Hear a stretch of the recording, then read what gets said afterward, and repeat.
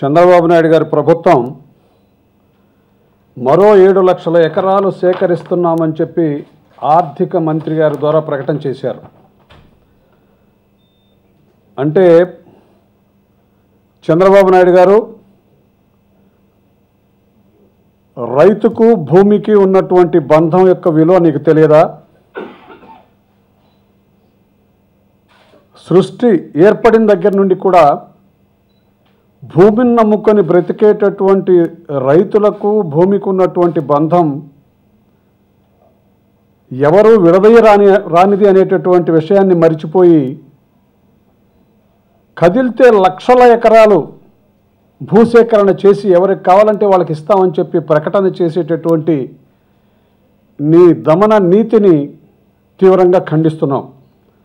గతంలో ప్రకటించారు 3 లక్షల ఎకరాలను సేకరించామని చెప్పి జీవో ఇష్యూ చేశారు. మళ్ళా ఈ 3 లక్షల ఎకరాలు కాకుండా ఇంకొక 7 లక్షల ఎకరాలను చేయబోతున్నామని చెప్పి ప్రకటన చేయడం అంటే 10 లక్షల ఎకరాల భూ బ్యాంకును ఏర్పాటు చేస్తాము, ఇతర దేశాల నుండి ఎవరొచ్చినా ఈ భూమిని మీకు పంచేయడానికి మాకు అభ్యంతరం లేదనేటటువంటి విధంగా మీరు ప్రకటన చేస్తున్నారు. ఈరోజు ఆర్థిక మంత్రి గారు ప్రకటన చేసినటువంటి దాని ప్రకారం ఈ రాష్ట్రంలో ఉన్నటువంటి 13 జిల్లాల్లో ఒక్కొక్క జిల్లాకు 54,000 ఎకరాలకు పైబడి భూసేకరణ చేసి రైతు దగ్గర నుండి లాక్కొని ఆ భూమిని మీకు ఇస్తాము, మీరు రండి అని చెప్పి ఎవరి కోసం మీరు ఆహ్వానిస్తున్నారు? ఇది కేవలం రైతును మోసగించి రైతు జీవితాంతో చెలగాటమాడేటటువంటి విధంగా వ్యవహరిస్తున్నటువంటి నీ తీరును తీవ్రంగా ఖండిస్తున్నాం.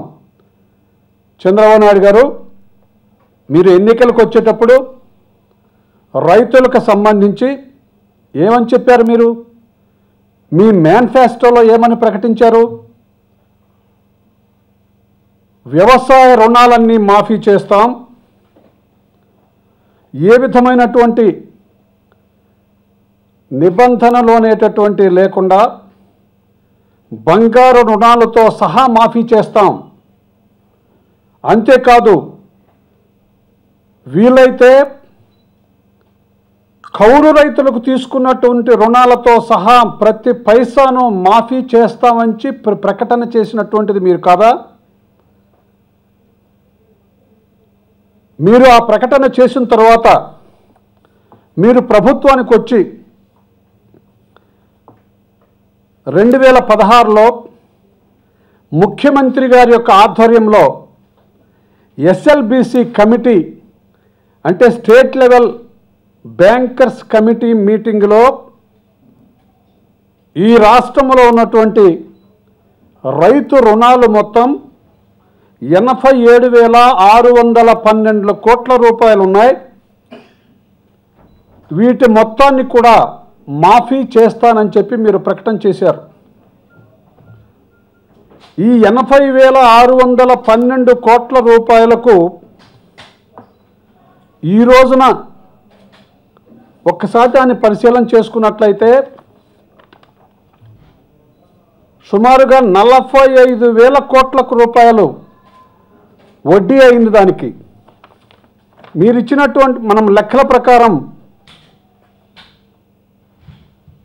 31/3/14 నాటికి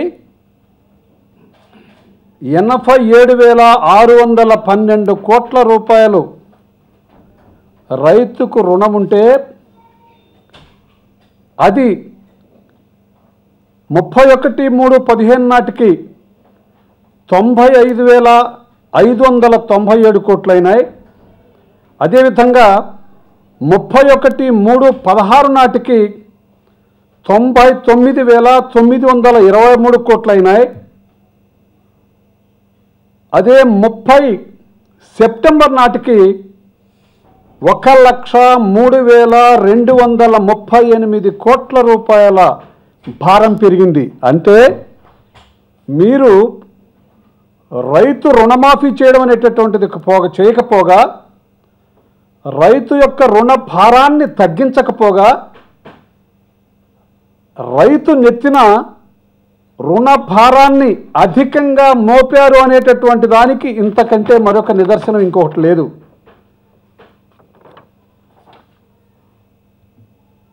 ఒకసారి మీరు చేసినటువంటిది రుణమాఫీ కాదు కదా, కనీసం వడ్డీ కూడా తీర్చలా.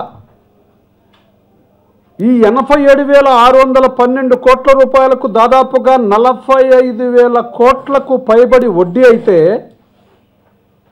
మీరు రుణమాఫీ చేశామని చెప్తున్నటువంటి ఎంత? కేవలం 10 కోట్ల రూపాయలు మాత్రమే రుణమాఫీకి చెల్లించామని చెప్పి రుణమాఫీని పూర్తి చేస్తున్నాము, 3 వంతులు పూర్తి చేశామని చెప్పి మీరు ప్రకటనలు చేస్తున్నారు. ఏంటి చంద్రబాబు నాయుడు గారు? అంటే శాశ్వతంగా మీరు రైతును మోసం చేయడమేనా మీ విధానం? చెప్పినటువంటి మాటకు కట్టుబడేటటువంటి అలవాటే మీకు లేదనేటటువంటి వాస్తవాన్ని చెప్పకనే చెప్పేటటువంటి విధంగా చెప్తూ, ఆరుగాలం కష్టపడి భూమి నుండి ఉత్పత్తి తీసి సర్వప్రాణులకు ఆహారాన్ని అందించేటటువంటి రైతున మోసం చేసేటటువంటిది. అంతేకాకుండా మీరు చెప్పినటువంటి రుణమాఫీ ప్రకటనతో నమ్మి రుణమాఫీ చేసుకోలేకపోగా రైతు రుణ ఊపిలో కూరుకుపోయేటటువంటి దారుణమైనటువంటి పరిస్థితులు దాపురించినాయి నీ ప్రకటనలో, నీ పరిపాలన వలన.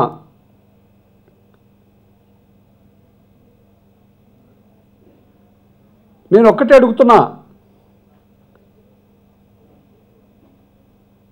మీ పథకాల ద్వారా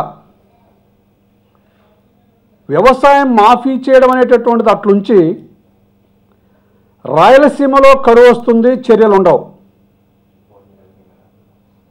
డ్రామా మాత్రం ఉంటుంది.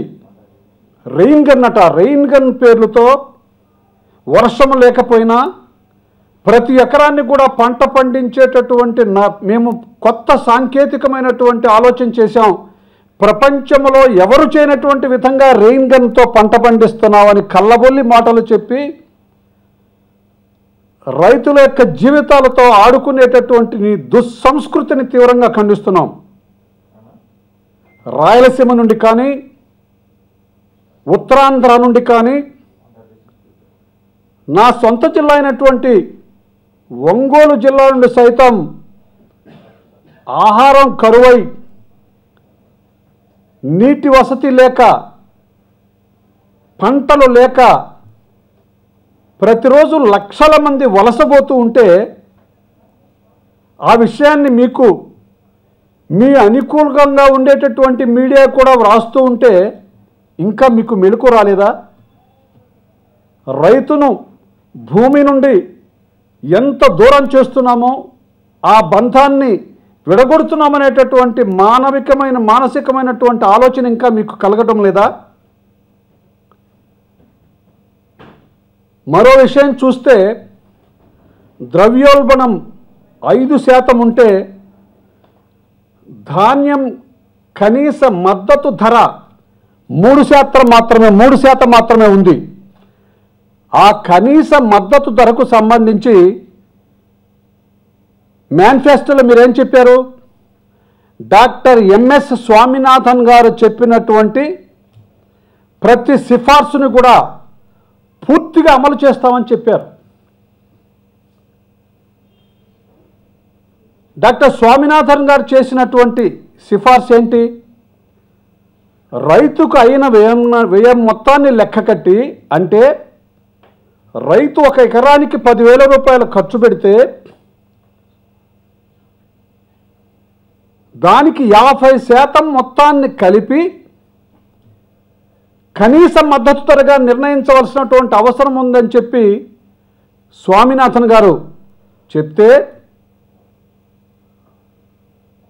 కనీసం పెట్టుబడి ఎంత అయిందో అంత కూడా నిర్ణయించడం అనేటటువంటి దాన్ని కూడా మరిచిపోయి, చివరికి తల్లిని పిల్లల్ని వేరు చేసినట్లుగా రైతుని భూమిని వేరు చేయడం అనేటటువంటిది ఘోరమైనటువంటి పాపం చంద్రబాబు నాయుడు గారు.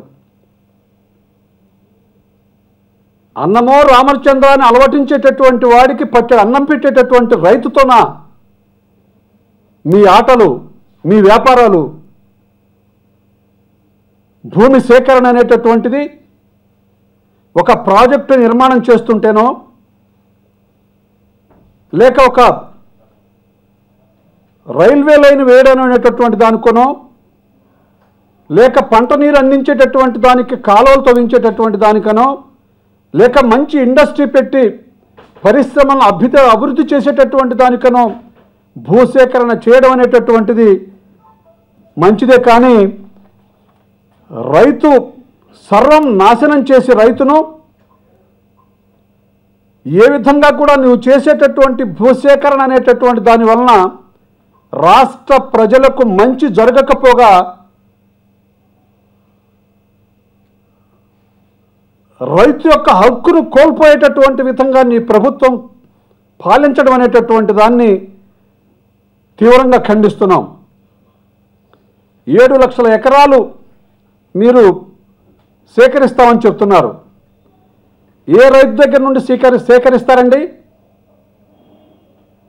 గతంలో చెప్పారు 10 లక్షల ఎకరాలు సేకరించి భూ బ్యాంక్ ఏర్పాటు చేస్తామని చెప్పారు.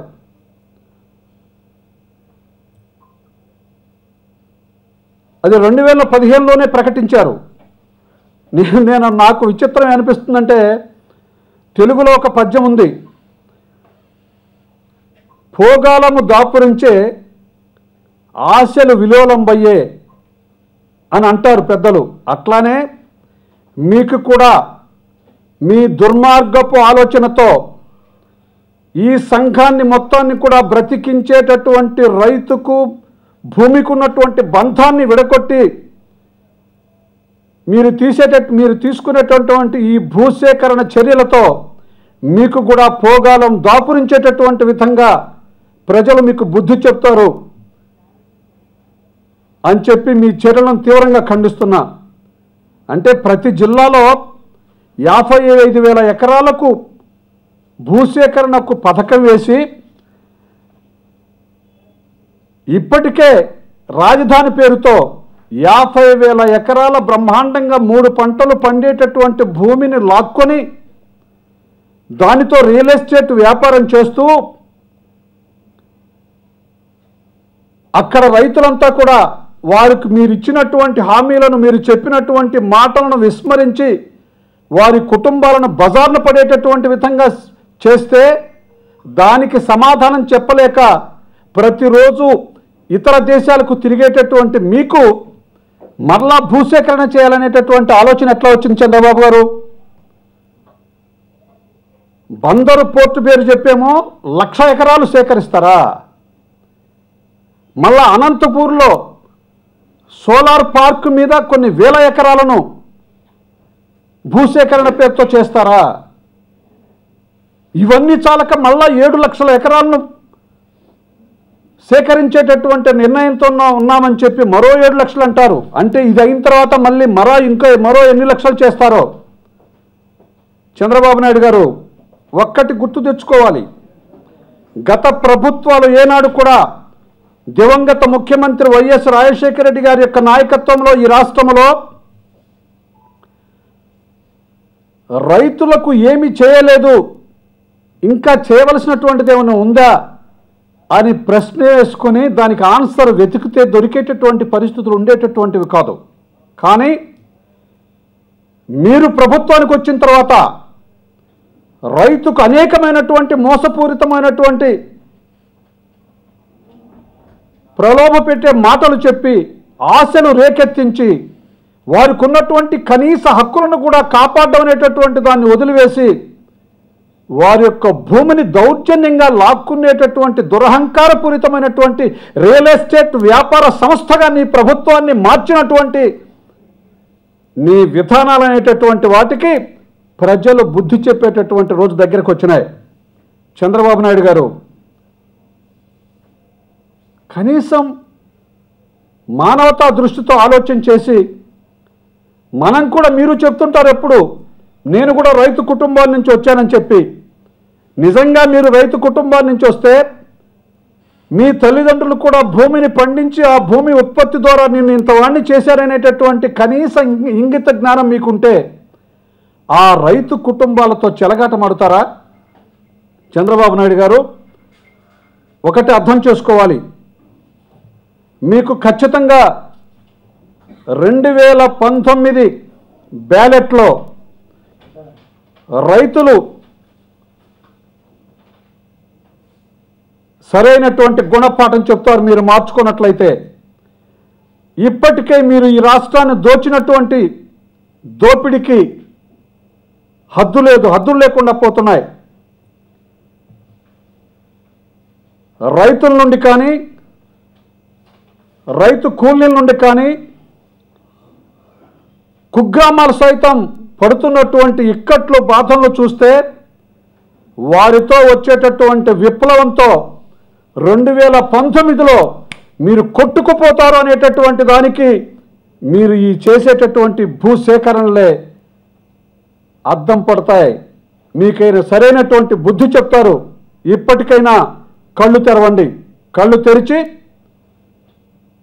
ఈ 7 లక్షల ఎకరాల భూసేకరణ అనేటటువంటి దాన్ని వెనక్కి తీసుకోవాలని చెప్పి వైఎస్ఆర్ కాంగ్రెస్ పార్టీ డిమాండ్ చేస్తుంది.